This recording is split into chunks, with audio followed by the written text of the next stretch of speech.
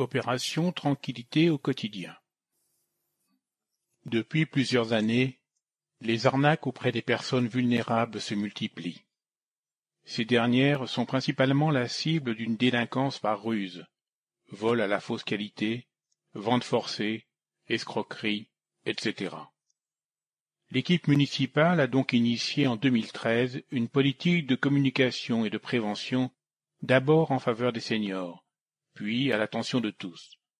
En effet, seule l'information diffusée auprès des victimes potentielles permet de lutter efficacement contre ces pratiques.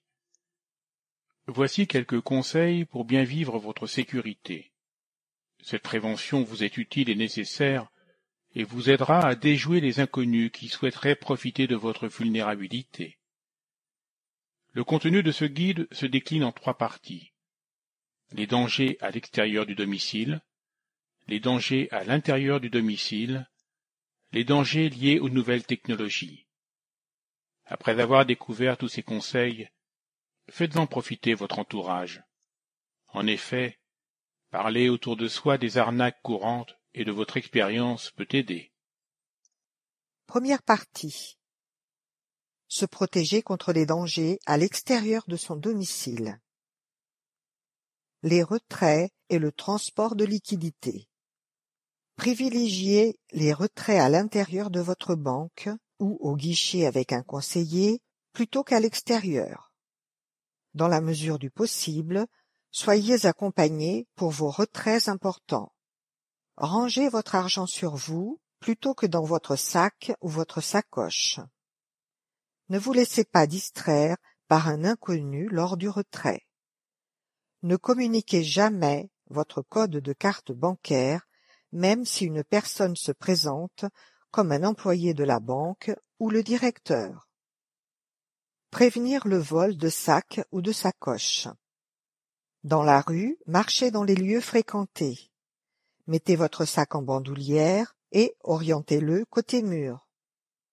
Dans les transports en commun, tournez l'ouverture du sac vers vous. Que faire en cas d'attaque pour voler mon sac ou ma sacoche? Ne résistez pas. Criez pour alerter les passants. Tentez de recueillir tout élément susceptible d'aider la police dans ses recherches. Informez au plus vite la police, composez le 17 ou le 112. Quelques exemples d'arnaques courantes. Les faux bijoux. Un inconnu vous fait croire qu'il veut se débarrasser d'un bijou en or parce qu'il ne lui va pas ou parce que sa femme ne l'aime pas. Il vous proposera de vous le revendre à bas prix. En réalité, il s'agit d'un bijou en toc que vous achèterez bien au-delà de sa valeur. Le voleur à la tâche. Un individu tâche votre vêtement et prétexte vouloir le nettoyer, mais en profite pour vous faire les poches. Les scénarios sont nombreux pour vous tromper. Ne vous laissez pas distraire et méfiez-vous des trop bonnes affaires. Seconde partie.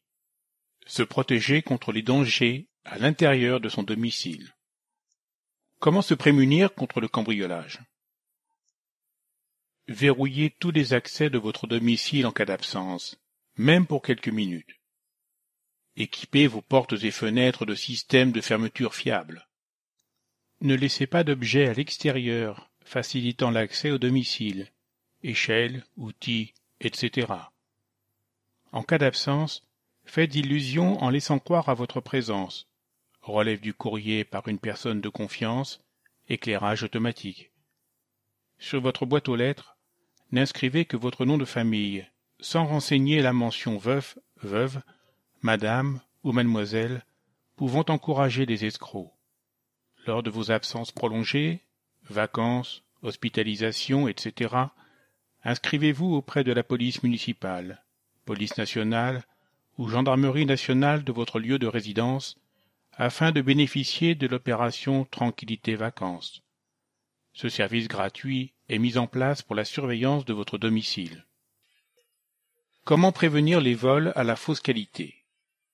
Le vol à la fausse qualité est le fait pour un escroc d'abuser de votre crédulité en se faisant passer pour un professionnel, agent EDF, plombier, policier, etc., et ce, afin de s'introduire plus facilement chez vous et dérober vos objets de valeur et liquidités. Si une personne se présente chez vous, ne la faites entrer que si vous êtes certain de son identité.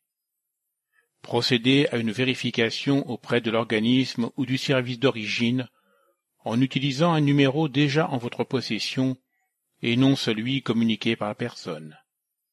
Si besoin, proposez un autre rendez-vous à la personne afin de procéder aux vérifications nécessaires et éventuellement demandez à une personne de confiance d'être présente.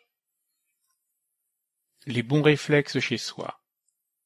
Évitez les cachettes connues pour les objets de valeur, matelas, tiroirs, commodes. Méfiez-vous des inconnus qui viennent vous alerter d'un accident devant chez vous. C'est une excuse pour vous faire quitter votre domicile précipitamment sans fermer la porte. Si vous constatez un accident, appelez les pompiers, le 18, ou le 112, numéro d'appel d'urgence. Demandez la présence d'un ami lors d'une vente. Attention aux vendeurs à domicile trop entreprenants. Vous avez droit à un délai de rétractation de 14 jours. Vérifiez toujours la date en bas du bon de commande. Constituez-vous votre carnet d'adresses de professionnel ou demandez à votre assurance de vous orienter vers un artisan de confiance. N'utilisez pas les plaquettes distribuées dans les boîtes aux lettres au risque de devoir payer une facture excessivement élevée. Troisième partie. Se protéger contre les arnaques liées aux nouvelles technologies. Ne répondez surtout pas aux SMS ou appels téléphoniques qui vous invitent à rappeler un numéro surtaxé en vous faisant de fausses promesses, rencontres fictives, demandes de confirmation d'un débit bancaire, etc. N'effectuez vos achats Internet que sur des sites connus, sécurisés et établis en France. Les recours seront plus faciles en cas de litige. Suite à un achat, vérifiez toujours vos prélèvements et débits sur votre compte bancaire et contrôlez régulièrement d'éventuels retraits frauduleux. Attention, il peut s'agir de petites sommes. Ne communiquez jamais vos coordonnées bancaires. Attention aux emails qui renvoient vers de faux sites web, impôts, EDF, fournisseurs d'accès Internet, sur lesquels on vous demande de fournir vos coordonnées bancaires. Protégez votre ordinateur avec un mot de passe complexe, 12 caractères avec des chiffres, des lettres et des caractères spéciaux, et un antivirus avec pare-feu.